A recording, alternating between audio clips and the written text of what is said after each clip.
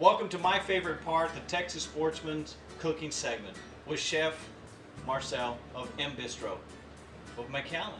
Chef, what are we going to be doing here today? I know we have some quail, we have some venison. Correct. We started talking earlier, but what are we going to do? I'm so excited. Well, I'm going to start with showing the venison leg, braised venison leg. We're going to start with spring onions, chopped up roughly, some peeled carrots, chopped up tomatoes, black peppercorns, crushed garlic cloves, and then a little bouquet garni. It's a bouquet of herbs. It's bay leaf, thyme, and rosemary. And then we have a little bit of flour. We use it for dusting, vegetable stock, and some red wine. Chef Marcel, what are we going to do with this venison? It's beautiful. Okay, we have several parts here. I just brought everything out just to show you. This is the front shoulder or the front leg of the venison. I took the bottom part off, and we're going to use that to make a stock later. That's what we have all these little cut-off bits for. And then we have the little pieces here that we can use for a stew, like a carne asada, for example. Very delicious. Okay. And then the leg itself, we're going to braise it. It's somewhat tougher tissue to just cook and eat, so this takes a little bit of time. So what we do with this is we pepper and salt it. So, and pepper on top. And then we're going to pepper and salt the other side too, but not until it's in the pan, so we don't have to flip it around right here. Right. Then we take a little bit of flour, and the flour helps with the thickening of the sauce at the end, because we're going to use all the cooking juices that are coming out of all of the ingredients, including the leg, and we're going to use that as a sauce. Okay, some olive oil in the pan. The pan does not have to be hot. Normally you always start with a hot pan. Right. You don't have to do it with this because the flour would instantly burn, since there's hardly any liquid involved. So we lay that face down, and now this is going to start cooking, and in the meantime we pepper and salt the other side. Now this is a dish that is being braised, as they call it, and braising is a real slow cooking method with a lot of liquid involved. And we do that in a low temperature oven, completely covered. So what happens is the steam from all the products getting hot wants to escape. But we're going to cover it all up, in this case with aluminum foil, but if you have a closing stock pot, you can do it in that as well. And on a real low temperature, 325 degrees in the oven, and for a piece of meat this size is about 2.5 hours. Okay. Real slowly, then take it out of the pan, out of the oven, and then let it sit for another half hour, because it will continue cooking because of the residual heat. Okay, a little bit of flour on this side. And how long do you cook it there in the pan? In the pan, just to give it a quick... A little browning? A little browning, exactly. Okay. And that's just for flavor. Now you hear often you want to sear it to keep the juices in. That's really kind of a story. You can't keep the juices in just by searing it. That has all to do with cooking it slowly. This is more the caramelization of the meat, which gives it a really nice toasty, roasty flavor, and that's what you do that for. So now we can hear it already going. It's already crackling a little bit. Okay, it's time to turn it around. That's what we're going to do right now. Okay, you can hear it starts to fly. The pan actually tells you when it's ready. So then you pick it up, you turn it around, so you get a beautiful coloring. Oh, beautiful. And that little bit of fat that a deer has, and it doesn't have a lot of fat, but it's actually very healthy for you. Really good fat. It has omega-3s in it, which is very healthy, and they're very tasty. So this makes it nice and crunchy and gives it a lot of flavor. So now while the other side is cooking, we're going to add the onions and the carrots to the pan. And then also by sauteing, we'll add some flavor to the meat. But it's going to keep each other company for about 3 hours in total. So all those flavors are going to be integrated with each other. We take the black peppercorns. They add for a little heat, but also a very nice flavor. And then the garlic cloves, I just crushed them. Again, they're going to be cooked for a long time, so the flavor will automatically come out. There we go. And then we take the bouquet garni.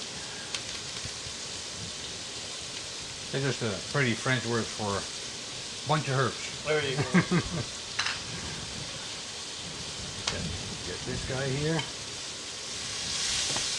The flavor. Now, we're going to get the same dish back. Okay. And then we take the meat out. You say, but oh, that's not cooked yet. No, it isn't. Not by a long shot. Right. And that's why it's going to go in the oven for all that time. So So this also has a little caramelization going on. Then we add the tomatoes. Now at your restaurant, okay, at Bistro M, at your restaurant, you do offer this dish? We venison? offer similar dishes. We do have venison, but we use the backstrap, and then we have the chops.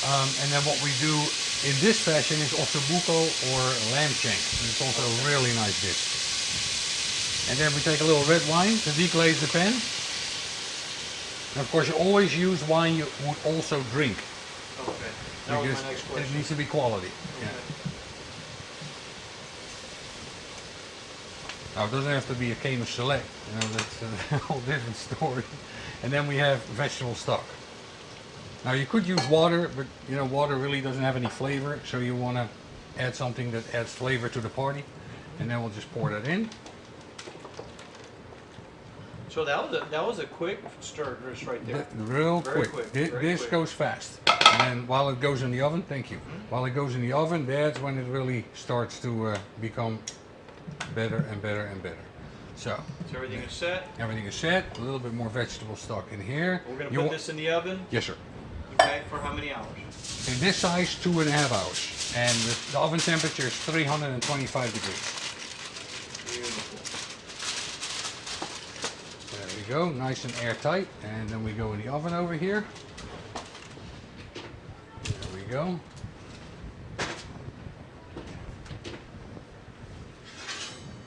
And there it is. That looks See? delicious. Isn't that beautiful?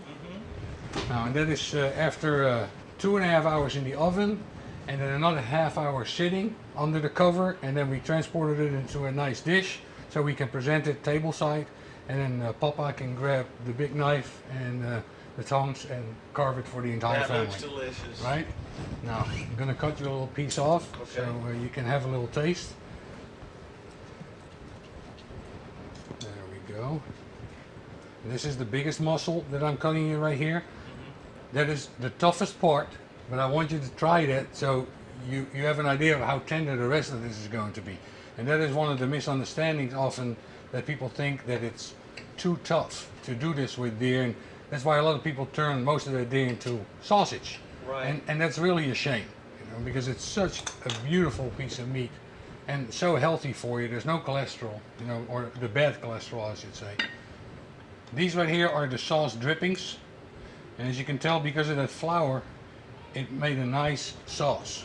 Now, if you like it thicker, you can let it boil for a little while, and then it gets thicker. But I like it where it gives you a nice mouth feel this way.